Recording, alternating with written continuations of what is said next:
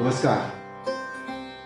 हम सब अपने बचपन से लेकर आज तक कई बार कई जगह पूजा के साथ यज्ञ और हवन में शामिल होते हैं। हम अपने घरों में भी समय समय पर छोटे छोटे हवन करते हैं। सदियों से लेकर आज तक आखिर क्यों हवन और यज्ञ का इतना महत्व है? जब भी हम कोई घर खरीदते हैं, कोई नया काम शुरू करते हैं, शादी विवाह यज्ञोपवीत संस्कार, जन्म से लेकर मृत्यु तक, यज्ञ और हवन के बिना हमारा कोई काम संपन्न नहीं होता। कोई तो बात जरूर होगी जिसकी वजह से सनातन संस्कृति में यज्ञ को इंसान के जीवन का इतना बड़ा हिस्सा माना जाता है। रामायण में एक चौपाई है, मुदिता मथई विचार मथानी, दामाधार रजु सत्य सुबानी, तब मथ काढ़े लई नवनीता, विमल विराग सुभग सुपुनीता।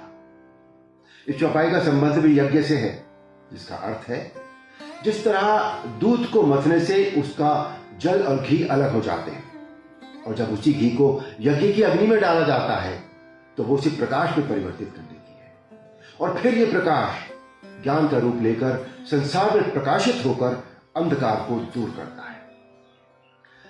रामायण के एक एपिसोड में यह दिखाया गया है कि जब ऋषि मुनि यज्ञ और हवन संपन्न करने की कोशिश करते हैं तो उसी समय सुबाहु और मारीच नाम के दो राक्षस आते हैं और आकर उस यज्ञ में जानवरों की अस्थियां डालकर उसे खंडित कर देते हैं। दरअसल उन यज्ञों के जरिए ऋषि मुनि वैज्ञानिक अनुसंधान करते हैं जिससे राक्षसों को अपने विनाश का डर होता।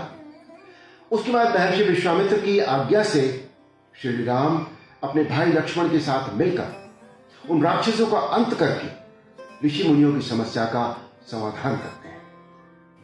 इस दौर में यज्ञ को लेकर बहुत सारे एक्सपेरिमेंट्स भी हुए हैं।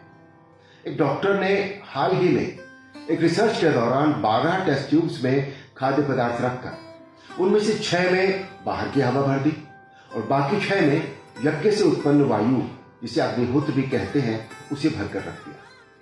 और फिर कुछ समय बाद उन्होंने पाया कि बाहर की हवा भरकर रखे हुए खाद्य पदार्थ खराब हो गए थे और अग्निहोत्र भरकर रखे हुए खाद्य पदार्थ अच्छे थे।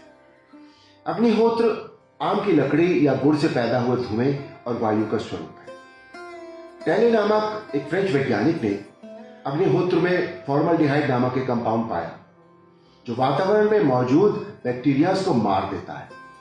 इसके अलावा अग्निहोत्र के अलग अनुसंधान और एक्सपेरिमेंट्स भी चल रहे हैं जिसमें सूखाग्रस्त इलाकों में बारिश कराना भी शामिल है और अगर ये सफल होता है तो बहुत क्रांतिकारी साबित होगा।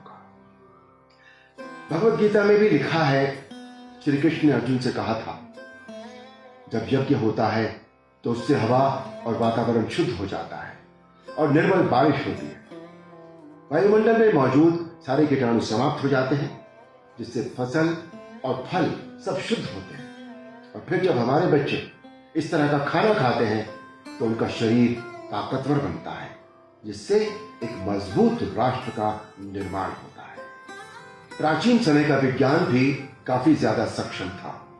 बड़े बड़े मारक अस्त्र शस्त्र, उड़ने वाले दिव्य विमान, ऐसे कितने ही आविष्कार थे जिनकी उत्पत्ति का माध्यम वही यज्ञ और हवन थे, जिससे हर बुरी शक्ति को डर लगता था। बुरी शक्तियां आज भी हैं जो समय समय पर इंसानों की इस दुनिया को नुकसान पहुंचाने की कोशिश करती है। फिर विज्ञान की मदद से तैयार की गई आधुनिक चीजों के जरिए उन बुरी शक्तियों को खत्म किया जाता है। ये बुरी शक्तियां किसी भी रूप में हो सकती हैं, महामारी के रूप में हो सकती हैं, देश की सुरक्षा को नुकसान पहुंचाने वालों के रूप में हो सकती हैं, आतंक फैलाने वालों के रूप में हो सकती हैं। ये सब हमारी सोसाइटी के दुश्मन हैं और इनका अंत जरूरी है, लेकिन इसके साथ ही प्रकृति का ख्याल रखना भी जरूरी है।